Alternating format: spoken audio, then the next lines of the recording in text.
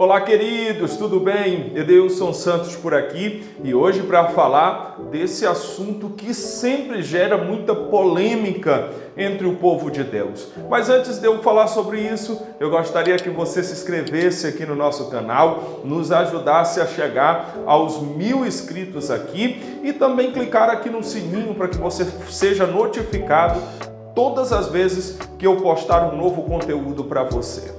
E quando o assunto é divórcio, sempre gera questões no meio do povo de Deus. Eu me lembro que agora, recente, eu recebi um telefonema de uma irmã me convidando para estar ministrando em culto, justamente para falar sobre isso, porque também recentemente nós tivemos esse assunto em uma de nossas lições bíblicas, mas que, segundo ela, gerou muitas dúvidas entre os irmãos, dúvidas essas que não foram respondidas e por isso ela estava me convidando. Eu falei para a irmã que é um assunto tão vasto que não dá para nós atendermos às necessidades e às questões apenas em 30 minutos. Seria mais interessante um seminário só para falar sobre isso. Por quê? Porque divórcio é sempre algo que gera muitas questões. O que nós precisamos estar ciente, como eu estou dizendo aqui para você, não dá para mim resolver isso ou para nós tirarmos todas as dúvidas em 5 minutos, 6 minutos de vídeo.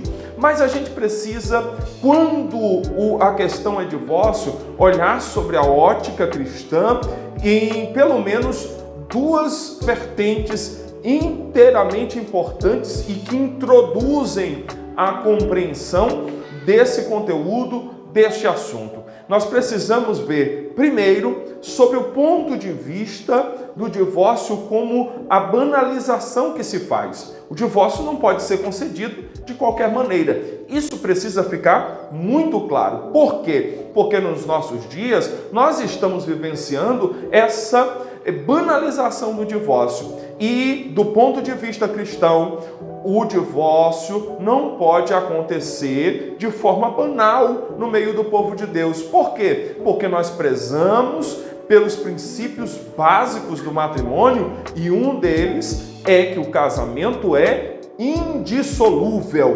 Quando alguém se propõe a se casar com outro, deve estar ciente de que esse casamento é até que a morte os separe. Por isso que eu costumo dizer com muita frequência nos estudos bíblicos, nas palestras, muitas vezes para jovens, que estão pretendendo ao matrimônio, que casamento é para pessoas responsáveis. Casamento não é para amadores, casamento não é para quem está querendo fugir das responsabilidades de casa, da casa do papai, da casa da mamãe. Casamento não é para quem está com interesses inapropriados, está casando apenas com o interesse de A ou de B, ou para sair de uma situação, para fugir de algo. Casamento não é para esse fim. Casamento é para quem deseja assumir o seu papel dentro de uma instituição que é divina, tá? Que é uma instituição dada por Deus, e está disposto a se sacrificar em prol disso. Casamentos são para essas pessoas. Quando eu assumo o papel de homem dentro de um lar, eu estou ciente de que esse papel desenvolve a minha função como marido,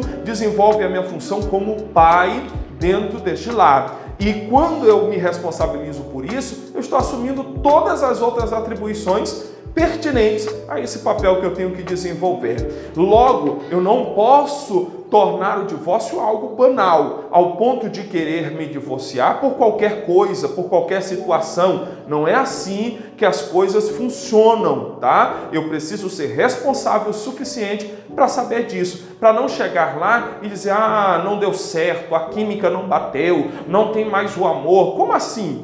Amor não se acaba de uma hora para outra, queridos. O amor é nutrido no dia a dia. Eu preciso estar muito ciente disso. O amor, é preciso que o amor seja nutrido, seja cultivado no meu dia a dia, para que eu não chegue a esse argumento de dizer que o amor acabou no relacionamento conjugal. Em segundo lugar, nós precisamos entender que há casos e casos, tá?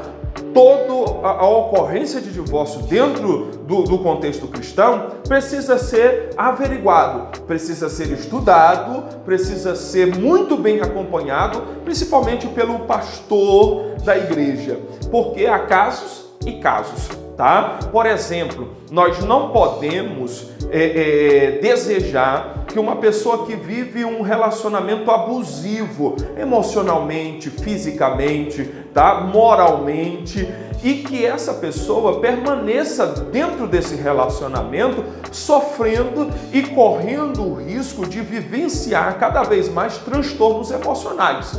Eu não posso admitir isso, assim como eu entendo que a Bíblia Sagrada, que Deus não queira isso para um servo seu, tá? E por isso que esses casos precisam ser estudados.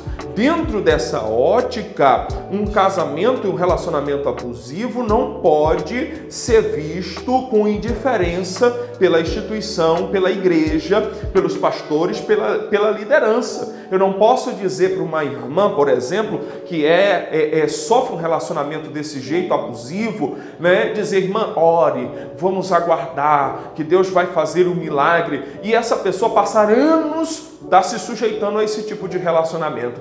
Esse divórcio, quando ocorre, né, tem que ser olhado com os bons olhos, tá? Porque Deus não deseja isso para um servo seu, tá? É por isso que nós precisamos analisar cada caso de forma específica dentro do contexto cristão, assim como a igreja também precisa assistir esse divorciado, oferecendo-lhe o amparo espiritual, mas, sobretudo, o amparo psicológico de que ele precisa para que ele consiga olhar para essa situação, superá-la e olhar para frente, sabendo que Deus sempre o amou, o ama e deseja o melhor para essa pessoa.